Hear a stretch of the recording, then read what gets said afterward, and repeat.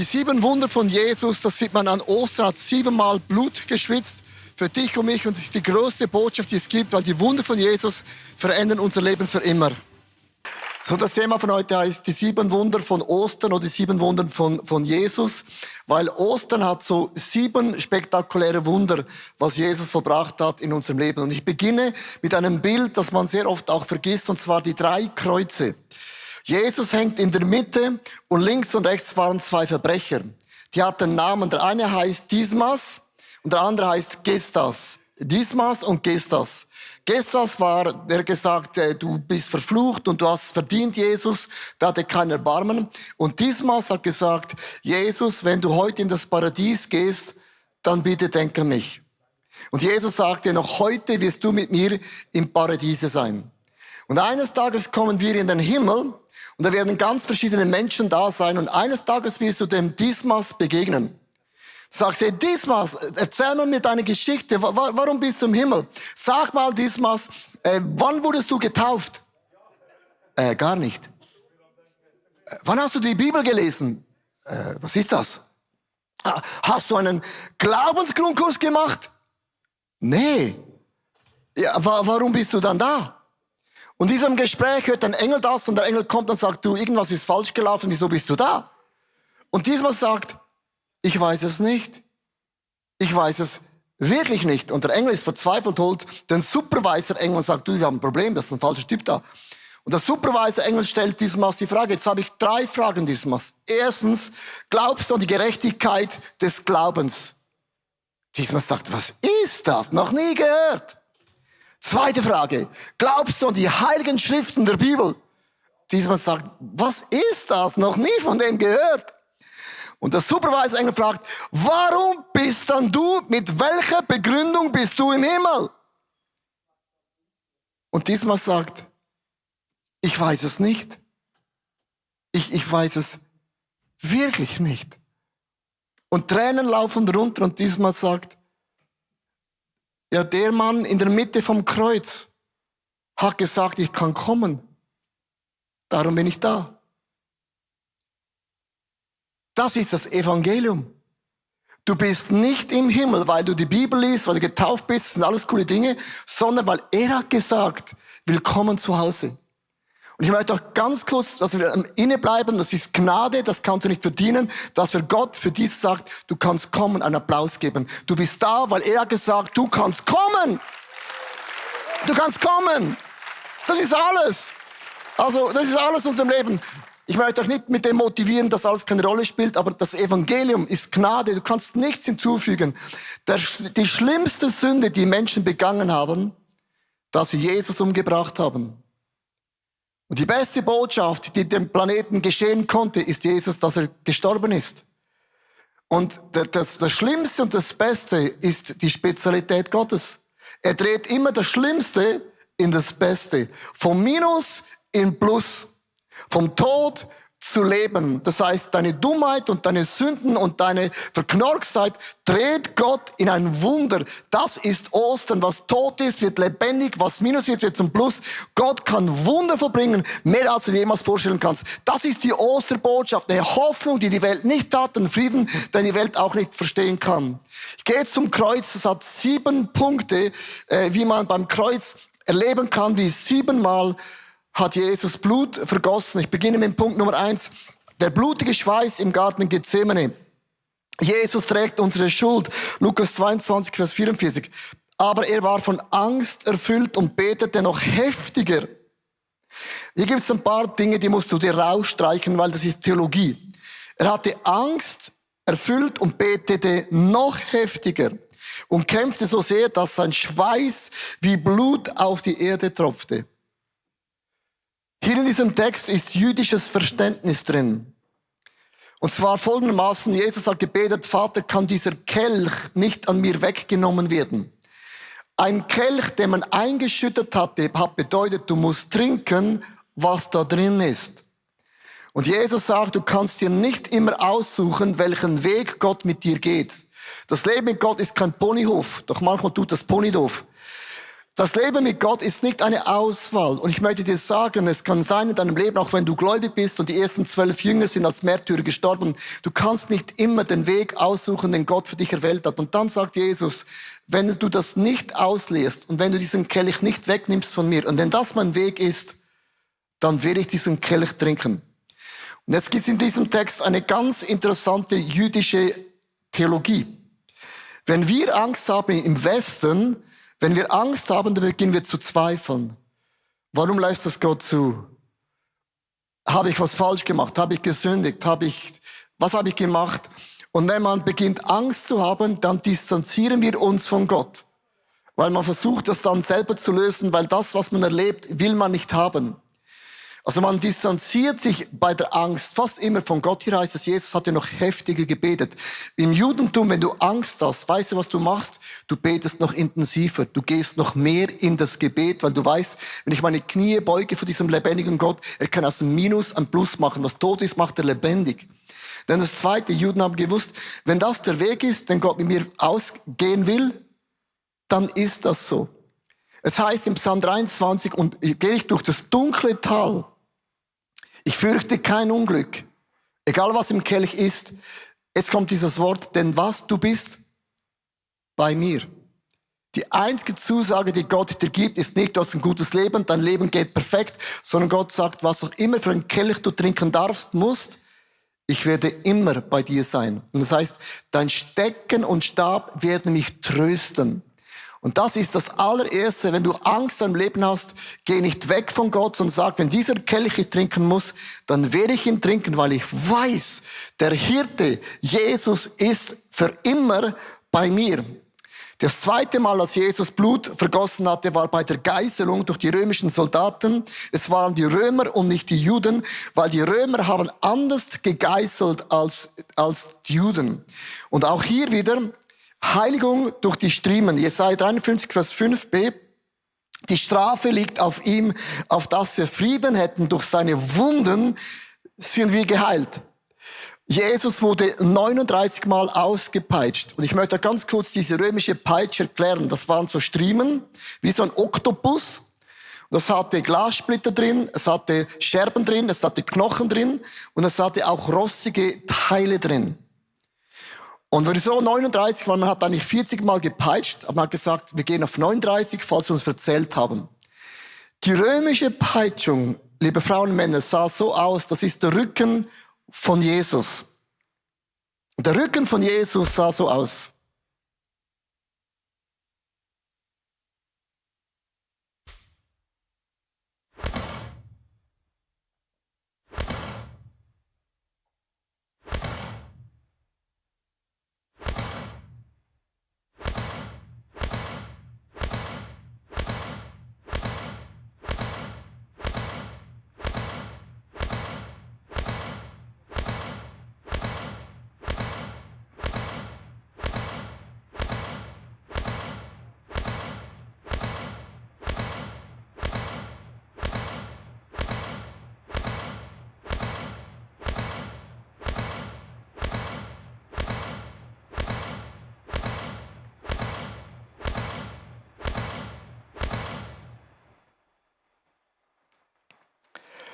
Ihr Lieben, so sah es aus.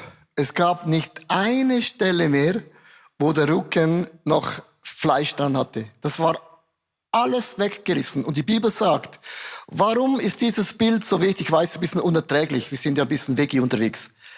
Der Punkt ist folgendes. Hast du gewusst, dass im Himmel, und das weißt du, gibt es nicht eine einzige Krankheit mehr?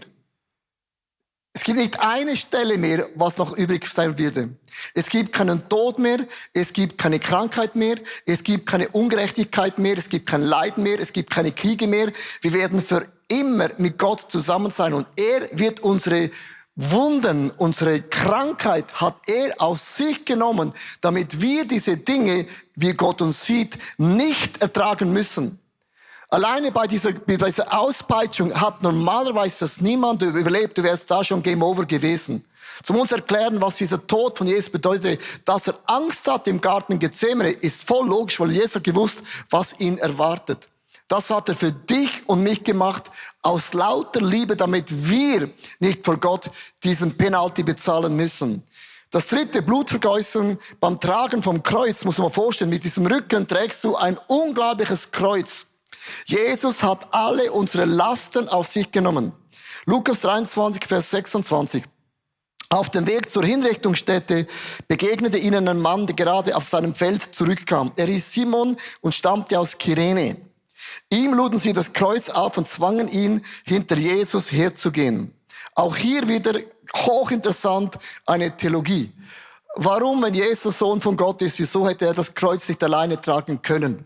Wäre nicht ein Thema gewesen, Gott hätte ihm ein Superpower geben können. Der Punkt ist das Reich Gottes ist ein Teamwork. Gott macht nichts, ohne uns einzuspannen in seine Mission. Und eigentlich habe ich zu Gott gesagt, macht gar keinen Sinn, weil wir machen den Job definitiv nicht besser. Also ich finde, das Bodenpersonal von uns Christen ist manchmal sehr lustig, ich by the way auch, gehöre auch dazu. Aber sehr oft denke ich, Gott sagt, du bist das Salz in dieser Welt, du bringst Stimmung hinein, du bist das Licht der Welt, du bist eine Botschaft. Und ich denke manchmal, Gott, es wäre besser, du hättest es selber gemacht, es wäre perfekt. Der Punkt ist das, Gott gebraucht uns, wohl weiß, wir sind nicht perfekt, weil es ist ein Teamwork. Gott macht nichts, ohne mit uns zusammen sein Reich aufzubauen. Das vierte Mal, wo Jesus Blut vergossen hatte, war bei der Dornenkrone auf seinem Haupt. Die Erneuerung unserer Gedanken. Die Soldaten flochten eine Krone aus Dornenzweige und drückten sie auf den Kopf. Da hängten sie einen purpurroten Mantel an und stellten sich vor ihm hin und spotteten, es lebe der König der Juden. Und dabei schlugen sie ihm in das Gesicht. Und hier haben wir diese Dornenkrone. Und jetzt schau mal an, da ist Blut getropft und da ist Blut getropft und da war Blut und da war Blut. Und diese Dornenkrone ist nichts anderes, dass Jesus starb für unsere Gedanken. Für unsere Gefühle. Ich weiß nicht, wie du mit deinen Gefühlen happy bist. Ich weiß nicht, bist du happy mit deinen Gedanken. In meinen Gedanken ist oft ein Kopfkino. Das ist unglaublich krass. Und ich merke, mein Geist, mein Kopf muss erneuert werden. Das macht Gott immer und immer und immer wieder. Ich habe ein bisschen gegoogelt, was ist so das Problem von Burnout? Burnout ist ja ein neues Phänomen. Ich in meiner Generation, Generation X, also ein bisschen so die älteren Dinosaurier, Burnout hattest du maximal ab 50 und dann auch noch eine Midlife-Krise. Das war einmal. Heute haben Leute Burnout mit 18, mit 19. Ich denke, wie geht denn das? Das ist eine andere Generation. Der Punkt ist das, du siehst 6.000 bis 10.000 Werbungen pro Tag und das merkt man gar nicht mehr. Wir sind zu gespammt mit 1000 Eindrücken, was deine Seele gar nicht verarbeiten kann. Hochinteressant, die junge Generation hat Burnouts, geht aus dem Leben raus, weil sie sagen, jetzt muss ich gut hören, wir sind einsam. Und das ist ein Widerspruch, weil die haben mehr auf dem Smartphone, die haben mehr Freunde, als ich jemals Sterne zählen kann. Also alle haben Freunde, TikTok-Freunde, Instagram-Freunde, Facebook-Freunde, Snapchat-Freunde. Die haben Freunde auf der ganzen Welt und doch heißt es, sie sind einsam wie noch nie zuvor. Und warum sind sie einsam? Weil im Kopf wird was nicht bedient. Das Gefühl, was sie haben, ist folgendes. Wir werden diesem Bubble von Social Media, wir werden nicht mehr gesehen. Ich werde nicht gehört. Ich werde nicht wertgeschätzt. Ich bekomme keine Anerkennung. Und wenn ich nicht ellbögeln, dann wird mich niemand sehen. Und ist das nicht krass, dass wir immer ausgehen, was Menschen denken? Ob du ein Like bekommst oder ein Dislike, was Menschen fühlen, denken, sagen, wollen, tun. Alle diese Dinge sind matchentscheidend. Und der Punkt ist das, wenn du mit Jesus nachfolgst, ist die wichtigste Person, wie denkt Jesus über deinem Leben. Du hast 3 Freundschaften im Leben. Du hast Freunde, die kommen und gehen. Du hast deine Familie, das ist dein Blut, da musst du zusammenbleiben, weil es ist dein Blut. Du kannst nicht aus dem Stamm rausgehen, weil du bist der Stamm. Aber das ist auch beim Tod zu Ende. Und die Freundschaft, die immer bleibt, ist dieser Gott im Himmel. Und wir müssen lernen, dass die Prinzipien Gottes sind meine Prinzipien. Und ich brauche eine Erneuerung in meinen Gedanken, wo ich weiß, auch wenn es niemand sieht, wenn niemand einen Applaus geben wird, all diesen Momenten habe ich einen Gott, der mir in die Augen schaut und sagt, meine Güte, bin ich so happy auf dich. Du hast einen unglaublichen Job gemacht. Weil die Bibel sagt, jeden Tag, wo Gott mit den Engeln runterschaut, jubel Gott über deinem Leben. Du hast ein Jubeln, du hast eine Begeisterung, da ist eine Stimmung über deinem Leben. Nicht nur das, Gott hat unseren Namen in die Handfläche eingeschrieben. Das bedeutet, wir brauchen eine neue Gesinnung, dass auch wenn niemand für dich ist, dass ich weiß, ist Gott für uns. Wer mag gegen mich sein? No one. If einer klatschen, klatschen alle. Niemand. Niemand. Es ist interessant, ich hatte letzte Woche ein Gespräch mit einer Person, und zwar es ging um das Thema Finanzen. Das ist ja, ich habe festgestellt, liebe Schweizer, das ist jetzt kein Kompliment, wir Schweizer sprechen über alles, hast du das gewusst? Aber eines Thema darfst du nicht ansprechen, das sind Finanzen. Da wird ein Schweizer stockstief. Und eigentlich ist es ganz interessant und hat mich angesprochen, das Finanzen und das ICF und immer den Zehnten und dann noch Reach und das und das. Und es ist interessant, die Frage hat ihn schon verraten. Weil jemand, der gibt, stellt die Frage nicht. Es ist hochinteressant, wie du reagierst, sagst, was ist deinem Herzen, habe ich gesagt, hoppala, da ist jemand richtig geizig.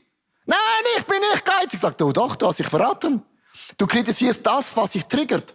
Wenn ich zum Beispiel meine Kleider stressen, dann hast du eine Leidenschaft für Kleider. Die sagen, haben keine Leidenschaft, die merken gar nicht, was ich anhabe. Und ich habe zu ihm gesagt, junger Mann, mir ist das grundsätzlich, mir spielt das keine Rolle, ob du gibst oder nicht. Das ist mir nicht mein Thema. Aber ich möchte dir sagen, du hast einen Geist der Armut. Du lebst mit deinen Möglichkeiten. Wie doof ist denn das?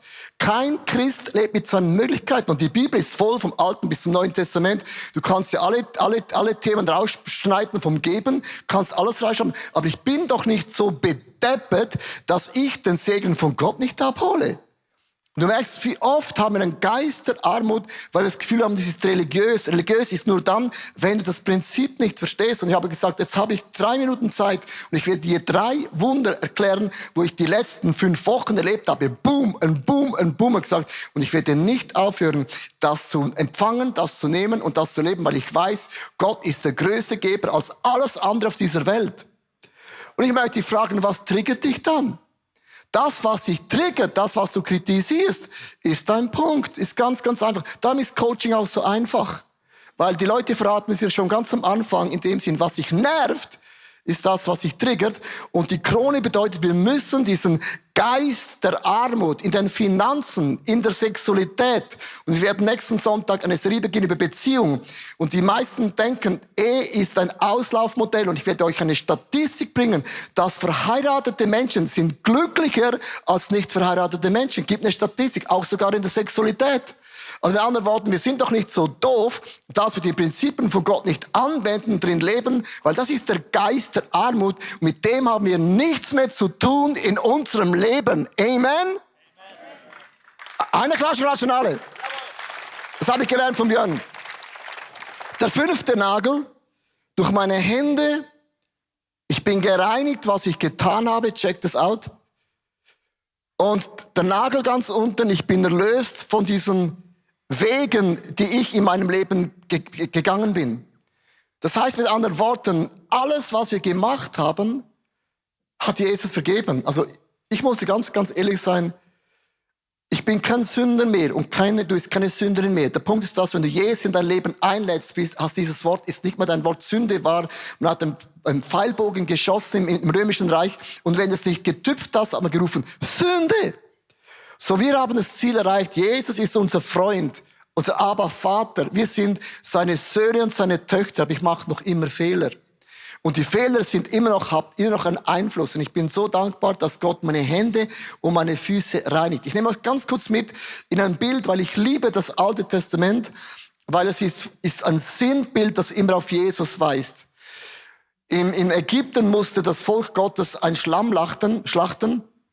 Ein Lamm schlachten, nicht Schlamm, ein Lamm schlachten. Manchmal ist das so schwierig, meine Legasthenie, die kommt manchmal hervor. Sie mussten ein Lamm schlachten. Sie nahmen das Blut, haben es bei der Türpfosten angestrichen und das war ein Zeichen, dass der Todesengel ging an ihnen vorbei. Jetzt achte mal ganz kurz, gehen in dieses Bild hinein von dem Alten Testament. Man hat den ersten Pfosten mit Blut angestrichen. Man hat den zweiten Pfosten mit Blut angestrichen, ist so runtergelaufen. Und dann den Querbalken ist Blut runtergelaufen. Und der Todesengel ging vorbei. Und dieser Todesengel hat keine Kraft mehr, weil in dieser Türe war schon prophetisch, Jesus wird sterben für alles, was du getan hast in deinen Händen, was du gedacht hast, die Wege, die du gegangen bist. Das ist eine Prophetie bereits schon auf Jesus. Er vergibt all unsere Sünden und alle unsere Fehler. Das 7. Die Seitenwunden wurden mit dem Speer durchbohrt. Das ist die Wiederherstellung von unserem Herz. Es kam Blut und Wasser getrennt raus.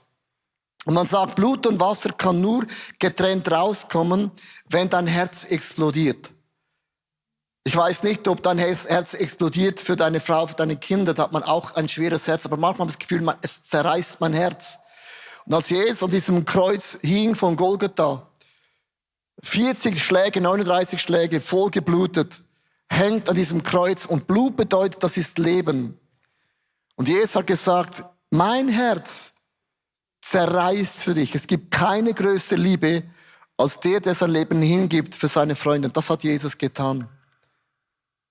Meine Frage ist immer, bist du bereit oder wärst du bereit, dein volles Leben hinzugeben? Für die eigenen Kinder vermutlich schon. Das ist dein Fleisch und Blut. Bei der Frau wird schon schwierig. Beim Ehemann auch. Für die Kinder haben, die wissen, was ich mit dem meine. Es ist so. Du bekommst als ein Vater eine neue Liebe für die Kinder. Das ist eine andere Liebe. Und diese Liebe, wo du dein Leben gibst, hat Jesus gehabt. Und dieser Kelch, diesen Leidensweg ging nicht an ihm vorbei. Ich möchte enden mit dem letzten Bibeltext, weil wir hören das so und ich finde es so krass, weil Gott beweist an diesem Ostersonntag und Karfreitag den Menschen auch visuell. Die haben es gesehen, was passiert ist. Und ich lese den Bibeltext vor. In Lukas 23, Vers 44 bis 46. Am Mittag wurde es plötzlich im ganzen Land dunkel. Muss man vorstellen. Scheinwerfer weg. Die Finsternis dauerte 3 Stunden. Es war einfach dunkel. Also wenn du da gewesen bist und Jesus stirbt und machst bumm, wird dunkel. Dann hast du gewusst, das ist kein normaler Tod. In dieser Zeit war die Sonne nicht zu sehen. Dann zerriss im Tempel der Vorhang vom Allerheiligsten mitten in 2, von oben nach unten. Genau um 3 Uhr. Und Jesus rief laut, Vater, in deine Hände lege ich meinen Geist. Und mit diesen Worten starb er.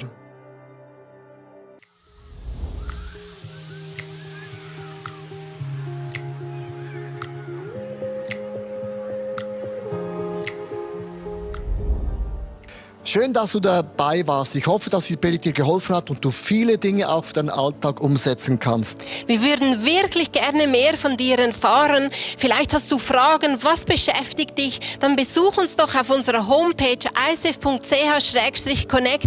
Dort erfährst du auch, was uns als Community eigentlich ausmacht. Alles, was du hier siehst, hat zu tun. Viele Volunteers, sie haben ihre Talente investiert, ihre Zeit investiert.